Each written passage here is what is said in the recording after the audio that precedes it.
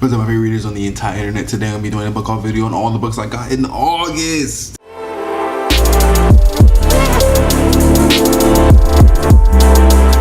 So this month I didn't really buy that many books. I actually bought all of these books at one time. I just recently got these, so bear with me. Alright, so first on the list is Life of Pi by Jan Martel. I bought this book because I've already seen the movie and I already know what it's about, basically, and I know the entire details of the entire plot. I just wanted to read the book. And if you don't know what this is about, it is about a tragic incident where a boy named Pi gets he's on a ship, a boat thingy, and it's a storm and they have to evacuate, and then the boat sinks or something like that, and his parents die and he's stuck on a boat with a tiger or a lion. It's tiger, and it's basically about his journey on this little boat with the tiger. But it's a lot more than just a boy with the boat with the tiger. It's a really philosophical book about the human experience and things of that nature. And there are also two stories to this book, which I'm not going to spoil for you for those who have not read it, but I will be spoiling it in my book review for it once I read the actual book, because I've only seen the movie. I already know everything's gonna happen, but I believe the book's probably gonna do it way better. Oh, look at that. This is a used book, and there's a business card inside of here. Interesting. William and Zimmer woodworkers. It's a woodworker business card inside of here. The blurb says okay, let me just read the blurb for you guys. It says, after the tragic sinking of a cargo ship, one solitary lifeboat remains bobbing on the water, blue Pacific. The only survivors from the wreck are a 16-year-old boy named Pi, a hyena, and a zebra with a broken leg, a female orangutan, and a 450-pound Royal Bengal tiger. And this scene is going to be traumatic for the entirety of the entire book, because everything that comes after it is a huge spiritual journey about oneself. Next on the list is a book by Mindy Kaling called Is Everyone Hanging Out Without Me? I actually put this, it's a fucking flight ticket. It's a flight ticket in this one. It's two of them. It's two flight tickets. The things you find in used books, man. Jesus. It's from like Seattle to Denver. Back in 2017. So these are fairly recent, in January. The things you find inside these fucking... Alright, so this book is about a lot of things of which I don't know. It's about feeling as if people are hanging out without you and other concerns. I actually have not read a blurb about this book. I picked it up heat of the moment randomly because I was like, Mindy Kaling, I know her, she has a book out, let me buy it. That I'm supposed to be waking up right now. What is this book about? What is this book about? What is this book about? What is this book about? It's very funny, Boston Globe says. Where have you been all of our lives, Mindy? Glamour says. Who wouldn't want to hang out with Mindy Kaling? Says Time Out New York. It's really funny, apparently. It's so funny that they didn't put a blurb on it.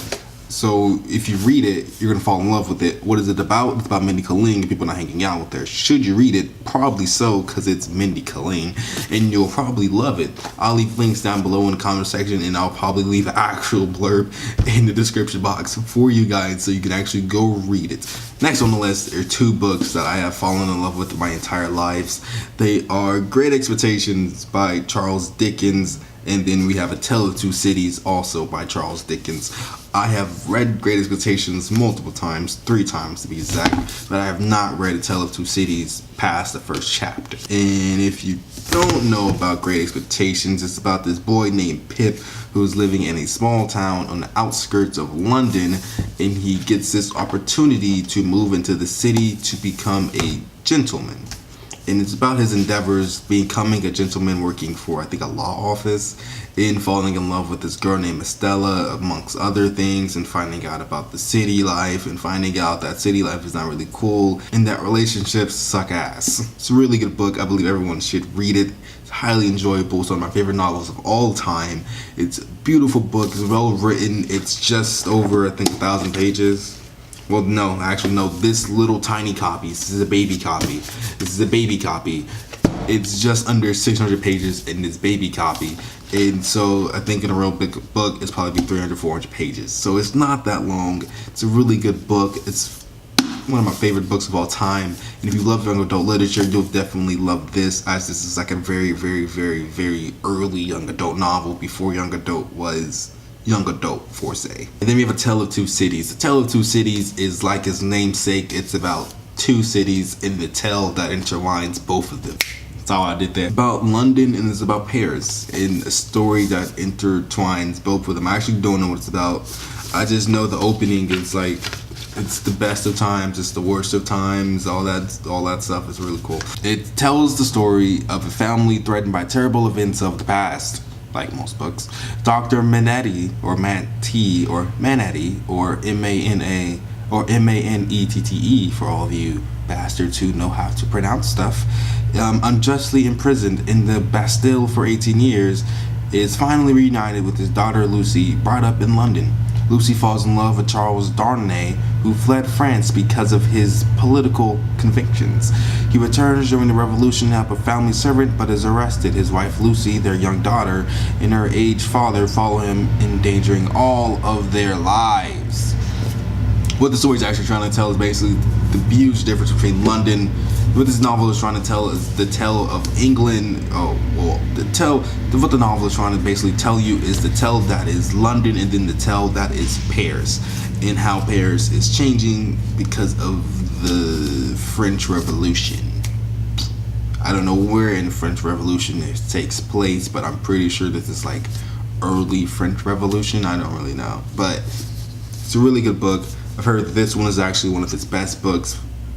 I've heard that this was actually one of its best books. This one and like Dave Copperfield, which is also a really good book that I've not read by Charles Dickens. And if you love some classic literature, please go out and buy both of these books. They're really good. You can probably buy both of these for like $5. They're amazing novels to have in your collection, and you should definitely be reading them, as they are really good historical documents of the past, especially of 19th century England, in Paris, and this one.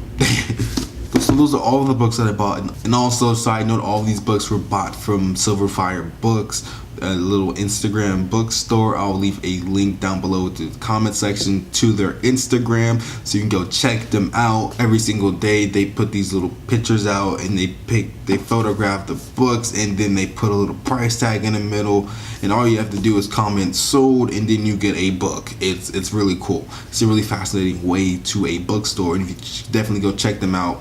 I'll leave a link down below in the comment section. Also, let me know all the books that you guys bought last month. I would love to hear it. Thanks for watching. Keep your heads up high and expectations great.